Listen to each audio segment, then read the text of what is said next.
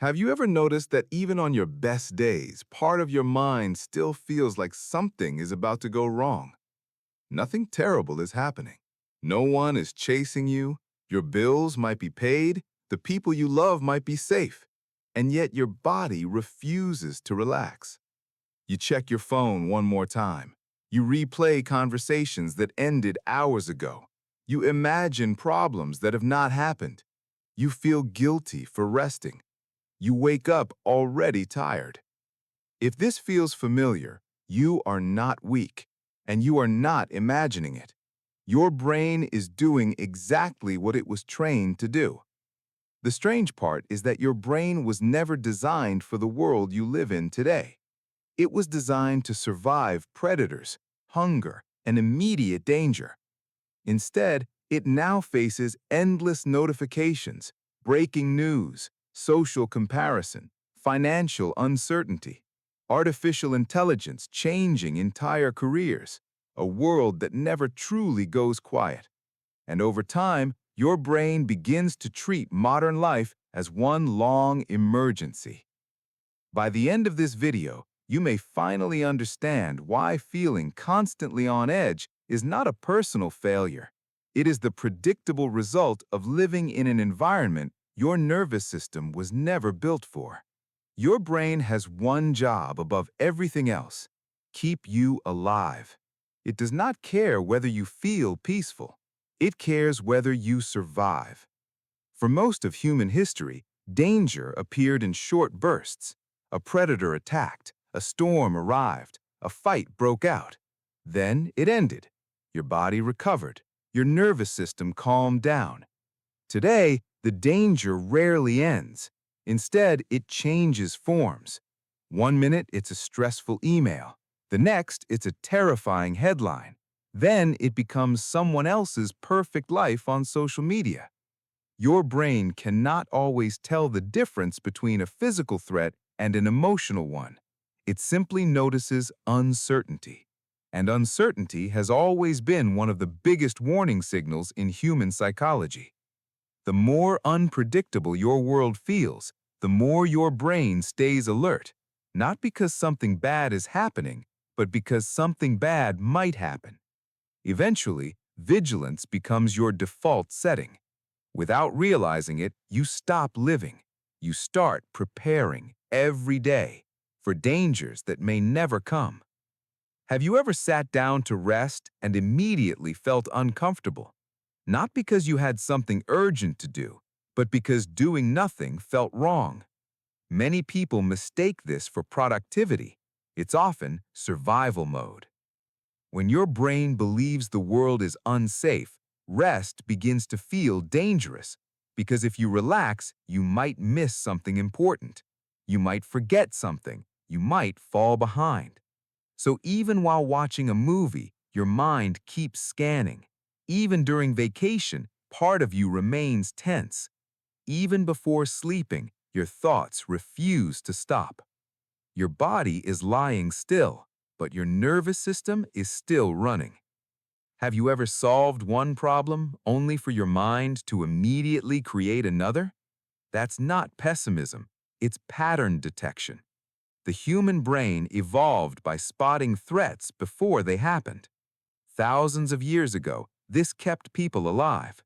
Today, it often creates invisible anxiety. You begin worrying about conversations that went perfectly well.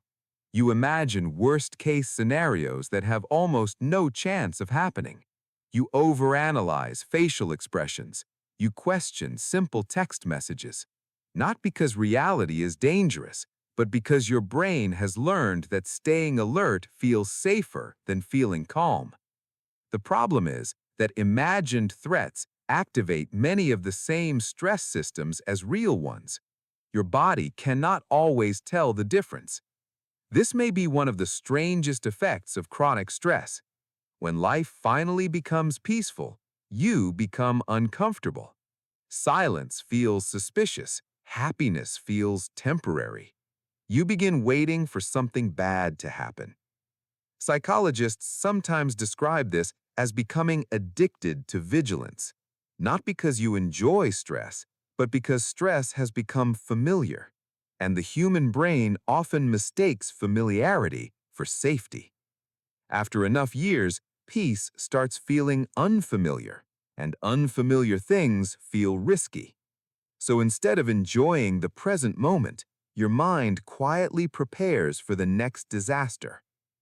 Modern life gives your brain something it has never experienced before: unlimited comparison. For thousands of years, people compared themselves with a small tribe. Now your brain compares itself with millions of carefully edited lives every single day. Someone is richer, someone is younger, someone is more successful, someone looks happier.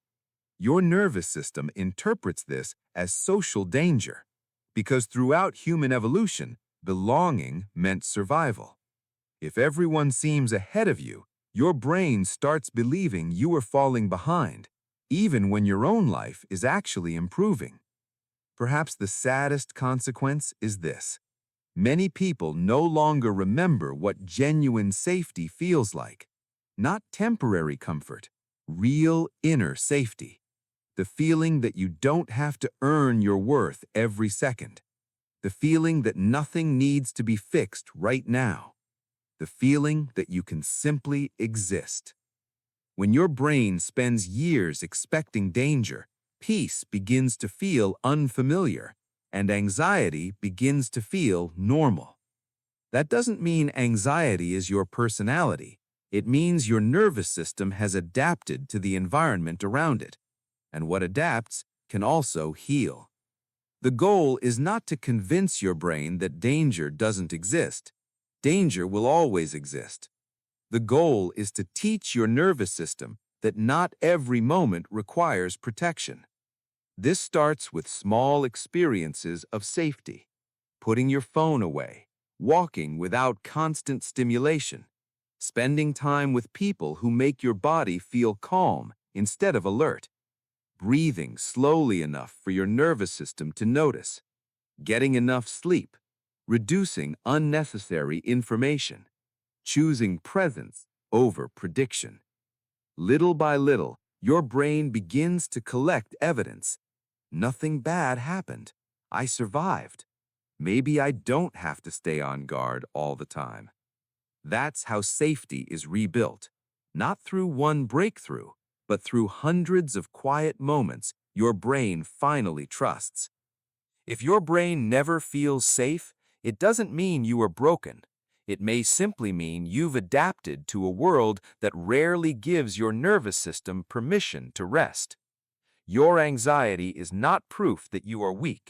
It's proof that your brain has been trying to protect you, perhaps for much longer than you realized. The beautiful part is this: the same brain that learned constant fear can learn safety again. Not overnight, but one peaceful moment at a time. If this video helped you understand your own mind a little bit better, leave a comment telling us which sign felt most familiar. And if you've spent years believing that something was wrong with you, maybe today is the day you begin asking a different question. What if your brain was never broken, only exhausted from trying to protect you? Subscribe for more psychology videos that help you understand yourself on a deeper level.